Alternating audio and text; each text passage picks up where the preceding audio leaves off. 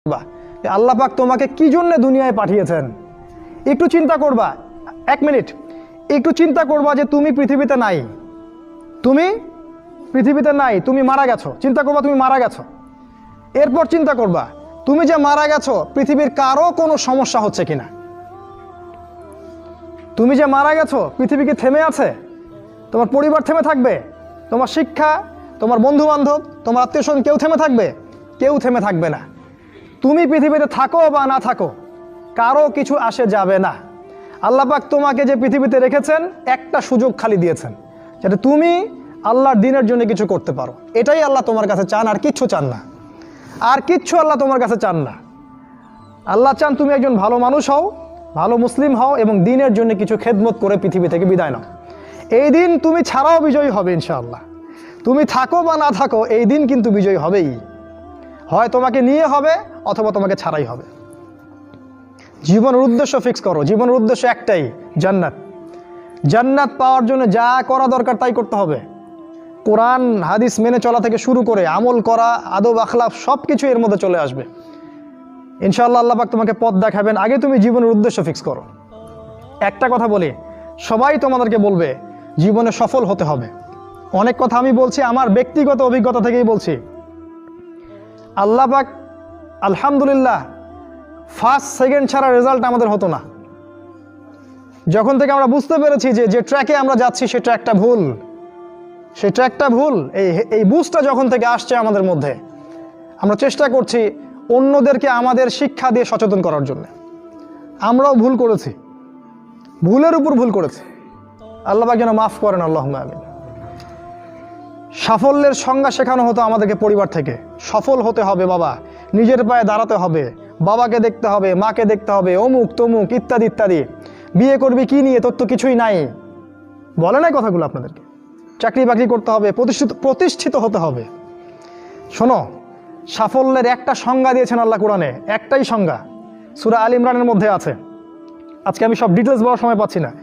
সূরা আল ইমরানের মধ্যে আছে কুল্লু নাফসিন যায়িকাতুল মাউত, প্রত্যেকটা নফস মারা যাবে এবং কিয়ামতের মাঠে তাদের পুরোপুরি প্রতিদান তাদেরকে দেয়া হবে। এখানে আল্লাহ সাফল্যের সংজ্ঞা দিয়েছেন, ফামান যুহজিহা আনিন নার ওয়া উদখিলাল জান্নাহ ফাকাদ ফাজ। ওই দিন কিয়ামতের মাঠে যাকে জাহান্নাম থেকে বাঁচানো হবে আর জান্নাতে প্রবেশ করানো হবে, ফাকাদ ফাজা, এই ব্যক্তি হচ্ছে সফল। সাফল্যের সংজ্ঞা কোথায় পাইলেন? যদি আমরা জাহান্নাম থেকে বাঁচতে পারি প্রত্যেক ব্যক্তি এবং জান্নাতে যেতে পারি, সেই সফল। এছাড়া কেউই সফল না, এই পৃথিবীর কেউই সফল না, কেউ না। সে যত বড় রাষ্ট্রনেতা হোক, পণ্ডিত হোক, বিজ্ঞ হোক, পণ্ডিত কে হয় হোক, যার দাপটে সারা বিশ্ব কাঁপে, এও সফল না যদি না সে জান্নাতে যেতে পারে। কিন্তু একজন এই ভ্যান চালক, এক রিক্সা চালক, এক আমার ওই গরিব চাচা, ওই কৃষক, সে যদি হিসাব দিয়ে জান্নাতে যেতে পারে, সে সফল। তিনিই সফল, তিনিই আল্লাহর কাছে পছন্দের বান্দা। অতএব জীবনের উদ্দেশ্যটাকে ঠিক করে ফেলো, এটা প্রথম কাজ। দ্বিতীয় কাজ, তোমাকে জ্ঞান অর্জন করতে হবে। দ্বিতীয় কাজ, কিসের জ্ঞান অর্জন করবে? যে জ্ঞান তোমাকে আল্লাহর দিকে নিয়ে আসবে সেই জ্ঞান অর্জন করতে হবে। কোন কোন সাবজেক্ট পড়তে হবে তোমাকে? তোমাকে প্রথমত কোরআন পড়তে হবে, তেলাওয়াত করা শিখবে, অর্থ জানবে, আরবি ভাষা শেখার চেষ্টা করো, কোরআনের আদেশ মানো, নিষেধগুলো ছেড়ে দাও এবং কোরআনের দাওয়াত মানুষের কাছে পৌঁছে দাও। কোরআনের দাওয়াত মানুষের কাছে পৌঁছে দাও এবং কোরআনের বিধান বাস্তবায়নের জন্য আল্লাহর পথে চেষ্টা করো। আর কি সাবজেক্ট পড়তে হবে? তোমাকে হাদিস পড়তে হবে, রাসূলের হাদিস, অসংখ্য হাদিস, এগুলো পড়তে হবে তোমাকে। আর কি পড়বে? ইসলামের ইতিহাস তোমাকে পড়তে হবে। ইসলামের ইতিহাস জানবে না তাহলে হীনমন্য জাতি হবে। তুমি জানবেই না তোমার এই বাপ দাদারা ছিল সিংহ পুরুষ, তুমি এটা জানবেই না। তোমার শেকড় যে এত সিংহ পুরুষ দিয়ে ভর্তি, এটা তুমি জানোই না। এজন্য হীনমন্যতায় ভোগো, মনে হয় যে আমাদের কেউ নাই, আমরা এতিম। জি না, আমরা এই বিশ্ব শাসন করেছি 100 বছর আগেও। এই 100 বছর আগেও এই পুরো বিশ্ব আমাদের হাতে ছিল। এখন যা দেখছো এরকম অতীত এরকম ছিল না। একটা ওমরের হুঙ্কারে সারা বিশ্ব কেঁপে যাইতো। এক আলী রাদিয়াল্লাহু আনহু যদি জিহাদের মাঠে হুঙ্কার দিতেন, সমস্ত কাফের হৃদয় একদম দরদর করে কাঁপতে থাকতো। আমাদের সিংহ পুরুষ বাবারা দাদারা এরকম ছিলেন। আমরা এত হীনমন্য জাতি ছিলাম না। আজকে আমরা আমাদের পরিচয় ভুলে গেছি। ইতিহাস পড়তে হবে তোমাকে। আর কি পড়তে হবে? ইসলামের অর্থনীতি পড়বে। অর্থনীতি জানো না, তুমি হালাল হারাম বুঝতে পারবে না। ওরা তোমার সাথে প্রতারণা করে এমন হারাম ঢুকিয়ে দিবে তুমি বুঝতেই পারবে না এটা হারাম ছিল। ইকোনমিক্স পড়তে হবে, খুব ইম্পর্টেন্ট সাবজেক্ট এই জামানার জন্য। আর কি পড়তে? পলিটিক্যাল সায়েন্স, এই বিশ্ব রাজনীতি সম্পর্কে পড়াশোনা করবে, এটা গুরুত্বপূর্ণ সাবজেক্ট। এছাড়া জেনারেল লাইনে যে পড়াশোনাগুলো করছো এগুলো ভালো, আমি এগুলো পড়তে নিষেধ করিনি। আমি বলেছি এগুলোর শিকড়টা হবে ইসলামিক। তুমি ডাক্তার হও আর ইঞ্জিনিয়ার হও আর কি হও এটাতে আমাদের কোনো আপত্তি নাই, শিকড়টা হতে হবে ইসলামিক, কোরআন এবং সুন্নাহ ভিত্তিক। আর একটা সাবজেক্ট পড়বে ফিকহ। ফিকহ যদি না পড়ো তাহলে কি হবে জানো? তাহলে নফল মোস্তাহাব আমলগুলো নিয়ে মারামারি কাটাকাটি করে ফরজ ঐক্য নষ্ট করে ফেলবা। এখনকার দেখো না যে অল্প কিছু পড়াশোনা করে 2 পাতা পড়াশোনা করে দায়ী হয়ে গেছে একেবারে। কোরআনটা ঠিক মতো পড়তে পারে না, কোরআনটা রিডিং ঠিক মতো পড়তে পারে না, বড় বড় ফতোয়া দিয়ে বেড়াচ্ছে ওইটা হালাল আর ওইটা হারাম, ওইটা অমুকের এই নাই অমুকের সেই নাই। হচ্ছে না এটা ফিকহ না জানার কারণে হচ্ছে। ফিকহের বুঝ কঠিন বুঝ, গভীর বুঝ। এই জন্য ইমাম আবু হানিফা থেকে শুরু করে যত ফকিহ ছিলেন সবাইকে ভক্তি শ্রদ্ধা সম্মান করতে শিখো। ফিকহটা অনেক কঠিন একটা জিনিস। আমরা তো এখানে সমালোচনা বেশি করতে চাই, এটা ঠিক না। এই ফিকহের জ্ঞান না থাকলে তুমি কোনটা ফরজ, কোনটাকে বেশি গুরুত্ব দেওয়া লাগবে, কোনটা নফল, কোনটাকে মুস্তাহাব, কোনটা ওয়াজিব পর্যায়ের, কোনটা সুন্নতে মুআক্কাদা, কোনটা কি সব বুঝতে পারবে না। আর না বুঝতে পারলে তুমি কি করবা? যে বিষয়ে ছাড় দেয়া যেত সেটাকে ছাড় না দিয়ে তুমি বড় বড় জিনিসগুলোকে ভেঙে ফেলবা। খেয়াল করে দেখবেন ছোট ছোট মাসআলাগুলোকে নিয়ে, যেগুলো ইখতিলাফি মাসআলা, যেগুলো নিয়ে সাহাবায়ে কেরামদের মধ্যে দ্বিমত ছিল, এগুলোকে নিয়ে বাংলাদেশে শত শত দল হয়ে গেছে, হয় নাই? কোনো দল কি বলেছে আল্লাহ নাই? কোনো দল বলে যে রাসূল নাই, কোরআন নাই, আমাদের কেবলা আলাদা, এটা বলে? সবার আল্লাহ এক, রাসূল এক, কেবলা এক, কোরআন এক, সুন্নাহ এক, সব এক। তাহলে এতগুলো দল কেন হলো? ওই যে সংকীর্ণ মানসিকতা এবং এই ফিকহের বুঝ না থাকার কারণে হয়েছে। তাই ফিকহটা পড়বে, না হলে তোমার দ্বারা উপকার না হয় উম্মার ক্ষতি হয়ে যাবে, তোমার দ্বারা উপকার না হয় উম্মার ক্ষতি হয়ে যাবে। আর 2-1টা সাবজেক্ট বলছি, জিও পলিটিক্স, ভূ রাজনৈতিক প্রেক্ষাপটটা পড়তে হবে তোমাকে। এর সাথে একটা সাবজেক্ট অবশ্যই পড়বে রাসূলুল্লাহ সাল্লাল্লাহু আলাইহি ওয়াসাল্লামের জীবনী। এই কয়েকটা সাবজেক্ট যদি পড়তে পারো শেষ জামানায় ইনশাআল্লাহ আল্লাহ পাক তোমার হাতে পতাকা দিবেন এবং তুমি আল্লাহর দ্বীনের পতাকা বহন করবে ইনশাআল্লাহ। জ্ঞান নাই, কিচ্ছু করতে পারবে না। যদি তুমি জ্ঞান অর্জন করতে না পারো তুমি বাতিলের মোকাবেলা করতে পারবে না। এখনকার যুদ্ধটা অস্ত্রের যুদ্ধ না, এখনকার যুদ্ধ জ্ঞানের যুদ্ধ। তুমি ওদের সাথে অস্ত্রের যুদ্ধ করে পারবে না, এখনকার যুদ্ধটা জ্ঞানের যুদ্ধ। ওটাও আসবে সামনে, যখন ইমামুল মাহদী আসবেন সারা বিশ্ব জুড়ে মালহামা শুরু হবে, তখন মহাযুদ্ধ। এই ফিজিক্যাল স্ট্রেংথ নিয়ে, মেন্টাল স্ট্রেংথ নিয়ে, ইমানের স্ট্রেংথ নিয়ে পারবে না। জ্ঞান অর্জন করো, কারণ রাসূল সাল্লাল্লাহু আলাইহি ওয়াসাল্লামকে প্রথম আল্লাহ আদেশ করেছেন ইকরা, পড়ুন পড়ুন পড়ুন। জ্ঞান নাই, সমাজ সংস্কার করতে পারবে না। এটা 2। 3 নাম্বার হচ্ছে জ্ঞান অনুযায়ী আমল করতে শেখো দ্রুত। যতটুকু জানলা আমল করতে শেখো, আগামীকালের জন্য ফেলে রাখবে না। আজকে যা শিখেছো আজকে আমল করো, রাসূলের সুন্নাহগুলোকে গুরুত্ব দিয়ে করো। যেখানে ইসলাম প্রশস্ততা দিয়েছে সেখানে প্রশস্ততা প্রদর্শন করো, যেখানে প্রশস্ততা নাই সেখানে ওটাই মেনে চলো। ইসলাম একটা প্রশস্ত রিলিজিয়ন, এখানে অনেক কিছু প্রশস্ততা আছে, সেই প্রশস্ত ইসলাম ফলো করো, আমলগুলো করো। প্রতিদিন 5 ওয়াক্ত সালাত মসজিদে জামাতের সাথে পড়তে হবে। যখন তুমি রমাজান মাস পাবে সওম রাখতে হবে, জাকাতের সম্পদ আসলে জাকাত দিবে, মানুষের সাথে ভালো আচরণ করতে শিখো, উম্মাকে ঐক্যবদ্ধ করতে শিখো, কোরআনের জ্ঞান অর্জন করো, সুন্নাহর জ্ঞান অর্জন করো এবং জানা অনুযায়ী আমল করে তুমি তোমার নিজের ভিতরে একটা পরিবর্তন নিয়ে আসো।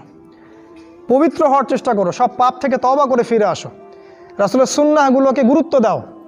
A to Z, বাথরুমে যাওয়া থেকে শুরু করে তোমার জীবনের প্রতিটা ক্ষেত্রে নবীজির সুন্নাহগুলোকে তোমার উপর বাস্তবায়ন করো। নিজের উপর সুন্নাহ নাই, তুমি সমাজে সুন্নাহ বাস্তবায়ন করতে পারবে না।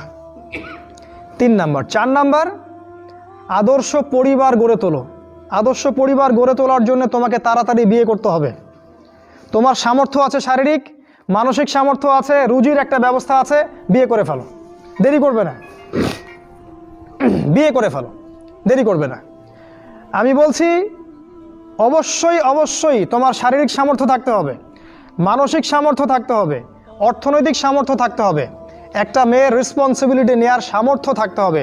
সামর্থ্য হয়ে গেলেই তুমি বিয়ে করে ফেলবে, আর কোনো দিকে দেখার দরকার নাই। এমনকি তোমার যদি একাধিক বিয়ে করার সামর্থ্য থাকে সেটাও তোমাকে করতে হবে।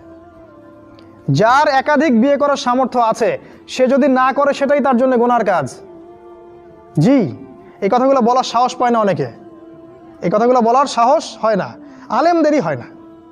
দুইটা বিয়ে করলে মানুষ আবার কি মনে করবে, আমার মনে হয় চরিত্রের সমস্যা ইত্যাদি ইত্যাদি। আরে বোকা, তাহলে কোরআনের মধ্যে 4টা বিয়ের কথা আসলো কেন? আল্লাহ পাক কি এমনি এমনি আয়াত নাজিল করলেন নাকি? আল্লাহ পাক খুব ভালো করেই জানেন ছেলেদের চেয়ে মেয়েদের সংখ্যা বেশি হবে, অনেক ছেলে মারা যাবে, মেয়েরা সমাজে বেঁচে থাকবে। কত অসংখ্য এতিম মেয়ে সমাজে পড়ে আছে, অসংখ্য বিধবা মেয়ে সমাজে পড়ে আছে। ওদের দায়িত্ব নিতে হবে না? কে নিবে ওদের দায়িত্ব? যদি ছেলেরা দায়িত্ব না নেয় কে দায়িত্ব নিবে? ওই মেয়েগুলা কি সমাজের প্রজাপতি হয়ে থাকবে? ওরা কি পতিতালয়ের সম্পত্তি হবে? ওদের অধিকার নাই? এখানে অধিকার দিলে আমরা চরিত্র খারাপ হয়ে যায়। আর এদের সাথে তোমরা সারা দেশে এবং বিশ্বে জেনা করে বেড়াচ্ছ, এগুলাতে চরিত্র খারাপ হয় না। একটা ছেলে বিয়ে করার পরেও 10টা মেয়ের সাথে পরকীয়া করে, এটাতে চরিত্র খারাপ হয় না। কিন্তু যদি আরেকটা বিয়ে করে তখন সমাজের মানুষ তাকে বাঁকা চোখে দেখা শুরু করে। এটা জাহিলিয়াত, এটা পুরো সম্পূর্ণ মক্কার জাহিলিয়াত চলছে। দ্রুত বিয়ে করো, বিয়ে করে আদর্শ পরিবার গঠন করবে। পরিবারটা এত শক্তিশালী হবে যে পরিবারের ভিতর যেন কোনো রকম শিরক, কোনো বেদাত, কোনো কুফর, কোনো হারাম ঢুকতে না পারে। পারবে না ইনশাআল্লাহ? ইনশাআল্লাহ। 5 নাম্বার, তোমার সন্তানদেরকে মানুষ করে যাও। কালকে তুমি থাকবে না, তোমার সন্তানরা বেঁচে থাকবে। এক একটা সন্তান, এই যে বাচ্চাগুলোকে এমনভাবে বড় করতে হবে যাতে এরা আগামী দিনের ওমর হয়, আগামী দিনের হামজা হয়, আগামী দিনের খালিদ বিন ওয়ালিদ রাদিয়াল্লাহু আনহু হতে পারে ইনশাআল্লাহ। নিজে কি করেছি, সারা জীবন বৃথা চলে গেল। নিজের সাথে যা হয়েছে হয়েছে, বাচ্চাদের সাথে আর রিস্ক নেবেন না। বাচ্চাদেরকে ধ্বংস করবেন না আল্লাহর ওয়াস্তে। ওদেরকে আল্লাহর পথে দিয়ে দিন, দিন শেখান, কোরআন শেখান, হাদিস শেখান, ডিনামাইট করে গড়ে তোলেন। 7 নাম্বার, হালাল রিজিক অন্বেষণ করো তোমরা। রিজিকটা যত ছোট পেশা হোক না কেন, যদি হালাল হয় অবশ্যই সেটাই উত্তম। আর যত বড় পেশা হোক না কেন, যদি হারাম হয় সেটা তোমার জন্য জাহান্নামে যাওয়ার কারণ হবে।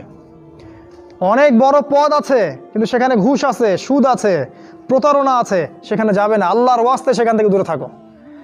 আর তুমি যদি কৃষক হয়ে থাকো, তোমার রুজির মধ্যে হালাল থাকে, তুমি কৃষিকাজ করেই সংসার চালাও, কোনো সমস্যা নেই ভাই, কোনো সমস্যা নাই। লজ্জার কিছু নাই, অপমানের কিচ্ছু নাই। তুমি আল্লাহর কাছে প্রিয় বান্দা। আল্লাহ পাক বলেছেন, ইন্নাল্লাহা তাইয়্যিব লা ইকবালু ইল্লা তাইয়্যিব। আল্লাহ পাক পবিত্র, পবিত্র রিজিক ছাড়া তিনি গ্রহণ করেন না। সারা জীবনের ইবাদত কবুল হবে না যদি আপনার রিজিকের মধ্যে হারাম থাকে। কিচ্ছু করার নাই, নবীর কথা পাল্টাতে পারবেন না। সারা জীবন সুদ ঘুষ খেয়ে বছর বছর হজ উমরা করবেন আর হাদিস সাহেব লকব লাগাবেন, ওইসব করে লাভ নাই আল্লাহর কাছে, কোনো লাভ নাই। ওইরকম হজ আবু জেহেলও করতো, আবু জেহেল হজ করতো এরকম। ওইসব হজ উমরা আল্লাহ পাকের কাছে দেখায় লাভ নাই। রিজিক হতে হবে পিওর, পরিশুদ্ধ, যেটা খুব ডিফিকাল্ট। এই জন্যে আপনাকে নাসিহা করছি, কৃষিভিত্তিক অর্থনীতির দিকে চলে আসেন। কৃষিভিত্তিক অর্থনীতি, এটা আপনার জন্য ভালো হবে ইনশাআল্লাহ। আর ব্যবসা ভিত্তিক, কটা বললাম? 7, 8, আর 2-3টা বলে শেষ করছি। 8 নাম্বার হচ্ছে শারীরিকভাবে শক্তিশালী থাকতে হবে। এর জন্য আপনাকে নিয়মিত ব্যায়াম করতে হবে, নিয়মিত ফিজিক্যাল এক্সারসাইজ বলেন, জিম বলেন, অন্য যে বিষয়গুলো আছে এগুলো আপনাকে করতে হবে। যে খাবারগুলো আপনি খাবেন, প্রত্যেকটা খাবার বিশুদ্ধ কিনা অবশ্যই পরীক্ষা করে খাবেন। এমন কোনো খাবার খাবেন না যে খাবার প্রস্তুত করেছে ওরা, অর্থাৎ ওরা, বুঝতে পারছেন কারা? কারণ ওদের খাবারের মধ্যে এমন কিছু থাকে যেটা আপনাকে আস্তে আস্তে আস্তে আস্তে ধ্বংস করে দিবে। এত ক্যান্সারের রোগী আগে ছিল, এত ডায়াবেটিসের রোগী আগে ছিল, এই যে প্রেশার, হাবি জাবি, স্ট্রোক, এগুলো আগে ছিল না। এগুলো রোগ আগে ছিল না। বিগত এই 50 বছরে দেখবেন এমন এমন সব রোগ এত বেশি বেশি করে বাসা বেঁধেছে যে আমাদের প্রজন্মের পর প্রজন্ম ধুকে ধুকে মারা যাচ্ছে এখন। অতএব খাবারের ব্যাপারে সচেতন থাকবেন। এমন খাবার গ্রহণ করবেন না যে খাবারটা বিশুদ্ধ না, যে খাবারটা ম্যানুফ্যাকচার, সেটা গ্রহণ করবেন না। মানে মানুষ ওই কলকারখানায় তৈরি করেছে এমন খাবার খাবার খাবেন না। নিজে খাবার উৎপাদন করে খান, নিজে চাষ করে খান, খাঁটি জিনিস খুঁজে খুঁজে খাবেন। আল্লাহর ওয়াস্তে এটা নসিহা করছে এই কারণে, আপনি প্রচণ্ড অসুস্থ হয়ে যাবেন যদি আপনি ওদের খাবার খান। আজকে বুঝতে পারবেন না, যখন হবেন তখন আমার কথা বুঝতে পারবেন। এটা কথা বলো। 8,